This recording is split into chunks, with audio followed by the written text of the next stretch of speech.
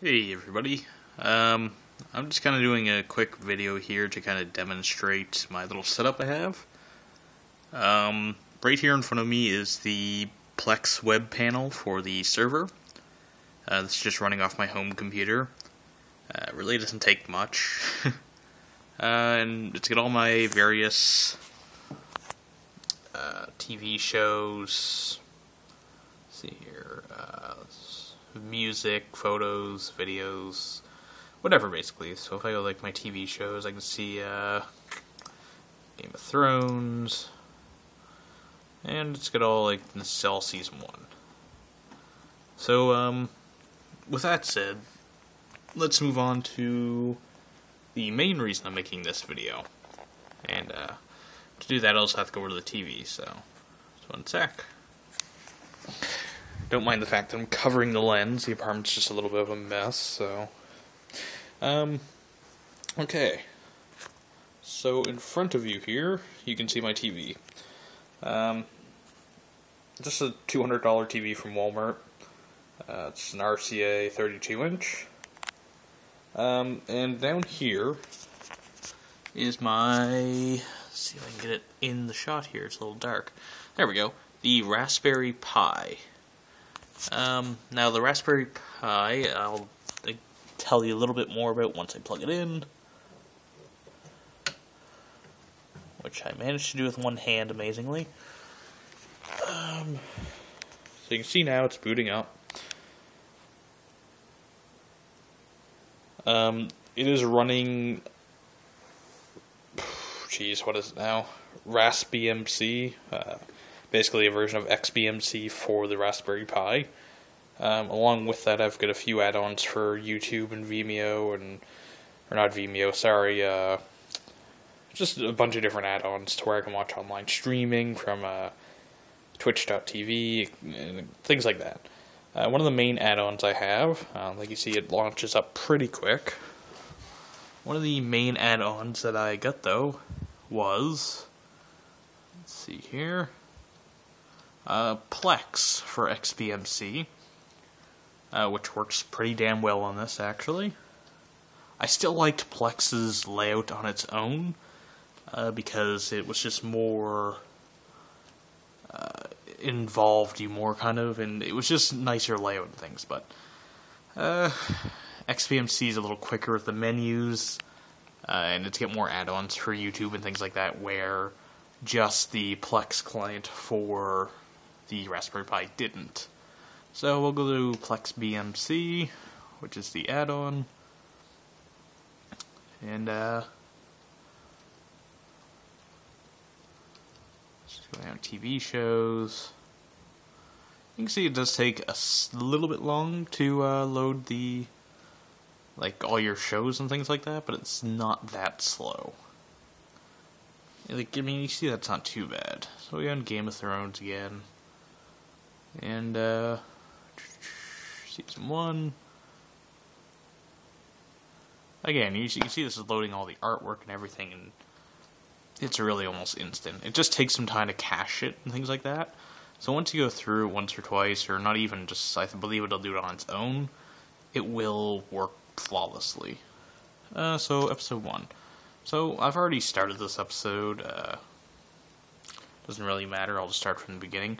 That's the great thing about Plex too, is if you pause this, you can turn off the little Raspberry Pi computer and everything, and when you come back to it later, the Plex server will remember where you left the episode off, the movie off at, and you can resume it from where you want, or you can start from the beginning. In this case, I'll start from the beginning.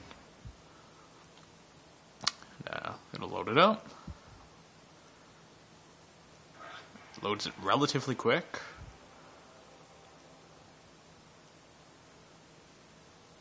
And,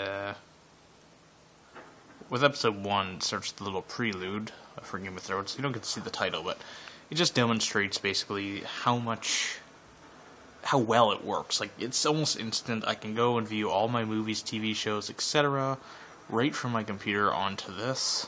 It gives you little bits of information here. I can pause them, stop them, whatever. Fast forward. I can do basically whatever I want.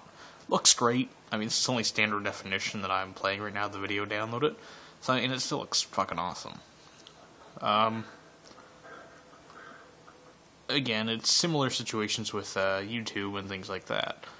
Let me just give you a little demonstration of that.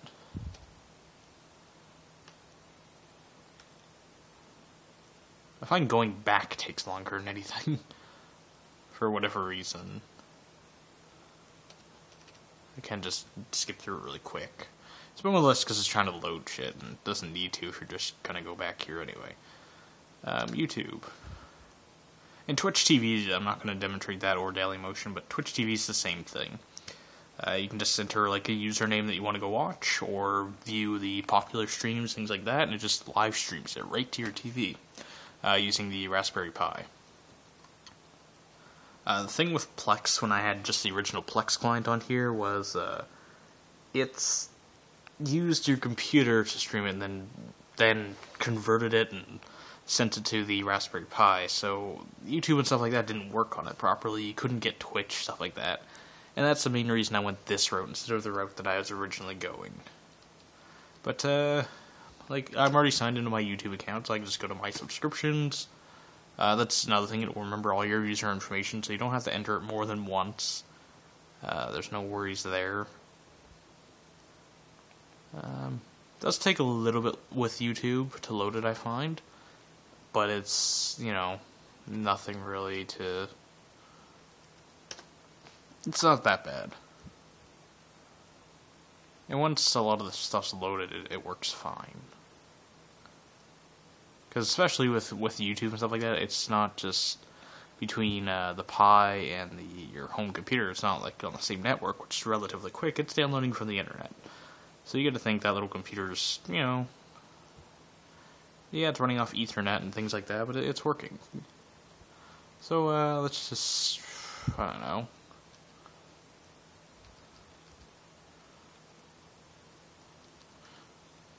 Fuck it. Let's click something here.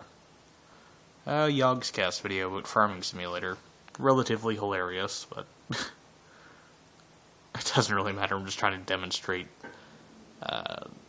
basically, this shit working.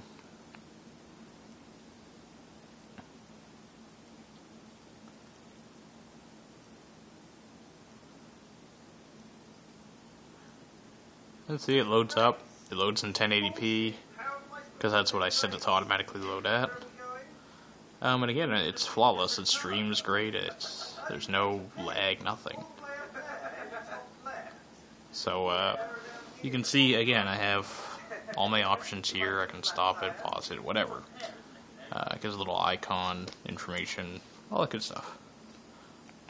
And again, I can do this with, like, my music. I'm not going to play any music because chances are this is already going to get flagged on YouTube by playing Game of Thrones, but like I can go through Plex here, go to my movies, music, whatever I want. But anyway, you get the point.